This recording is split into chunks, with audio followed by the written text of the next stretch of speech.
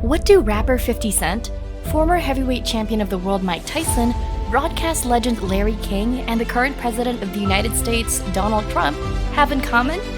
They've all gone bankrupt.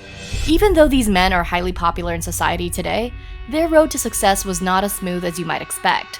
And while being the most powerful leader in the world and financial trouble may not go together, Donald Trump and his alleged net worth of $10 billion have been a culprit of bankruptcy several times.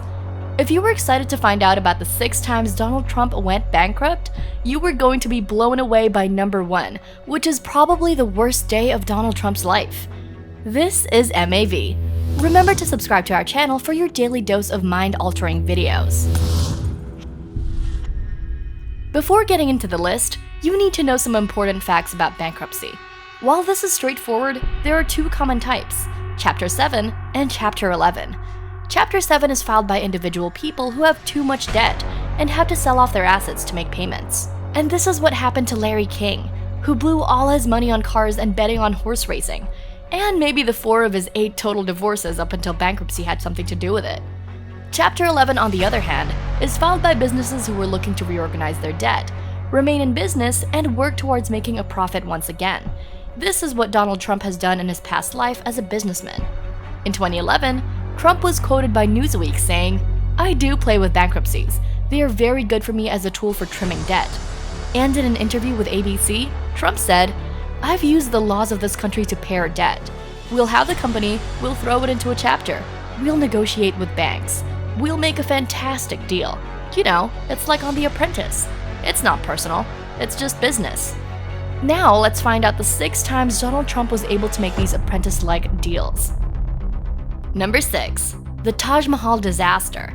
In April of 1990, Trump opened a casino resort in Atlantic City called Taj Mahal Casino Resort. As it emerged, it was already recognized as the largest casino in the world. The resort was even described as the 8th wonder, gaining 60,000 visitors every single day. However, a year later, Trump had to file for Chapter 11 bankruptcy due to the total budget of the Taj Mahal increasing to almost $1 billion.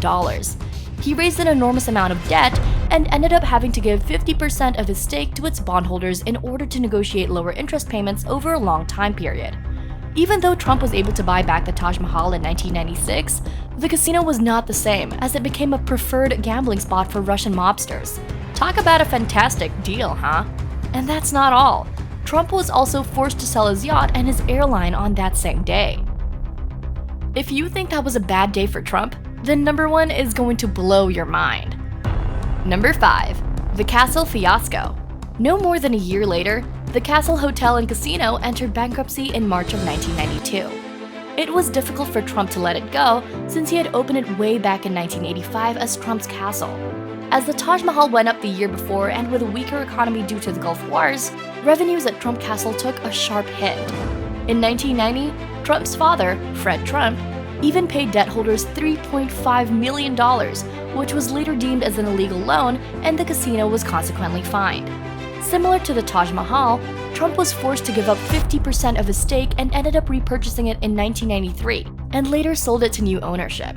The casino remains in operation with the name Golden Nugget, but it was definitely no gold mine for Donald Trump.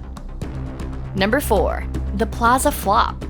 As if closing the Castle Hotel and Casino wasn't enough, Trump experienced another bankruptcy with the Trump Plaza, a 39-story, 614-room plaza in the Atlantic City boardwalk.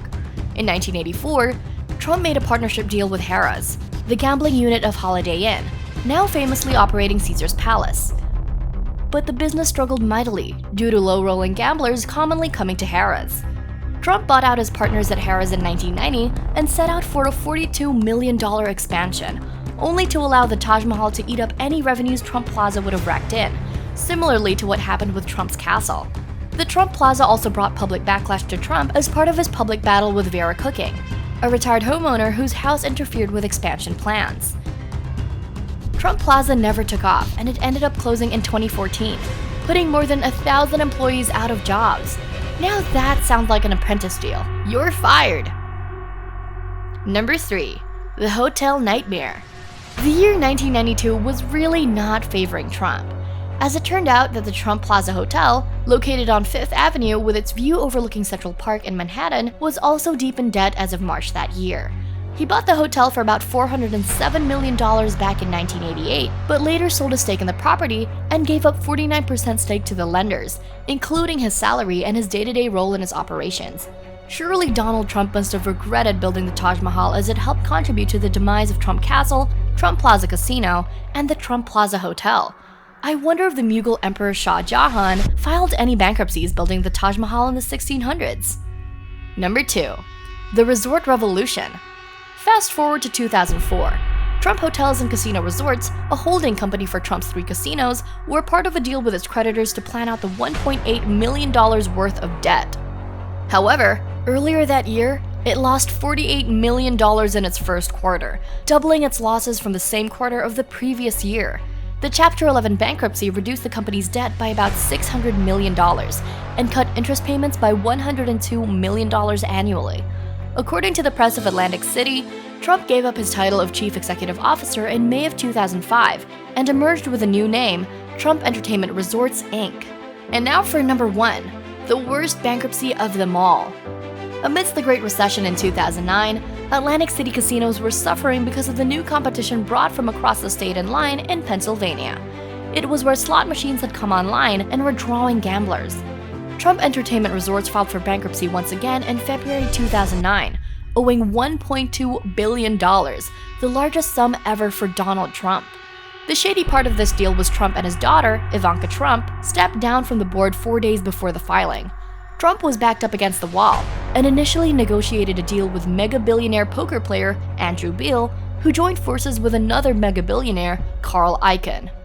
The struggles between the mega-billionaires continued in the legal proceedings, as Trump fought against the billionaire duo to not use his name and likeness for their casinos. Courts ruled in Trump's favor, who ended up partnering with hedge fund Avenue Capital Management, a deal preferred by Trump's debt holders as well.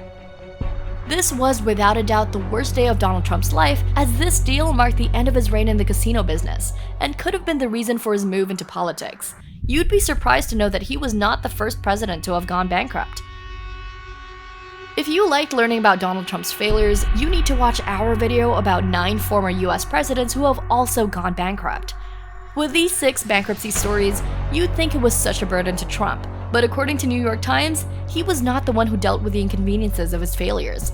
It actually fell on his investors and others who would bet on his business acumen. Take note that Trump never actually filed a personal bankruptcy, rather, a few corporate bankruptcies. After hearing these facts, is Trump a genius businessman able to use bankruptcies as a strategic financial move, or is he a poor investor who consistently filed for bankruptcies, showing his lack of skill? What are your thoughts? Share it with us in the comments. Don't forget to leave a like and subscribe to the channel for more videos you don't want to miss. Thank you for watching, and we'll see you next time.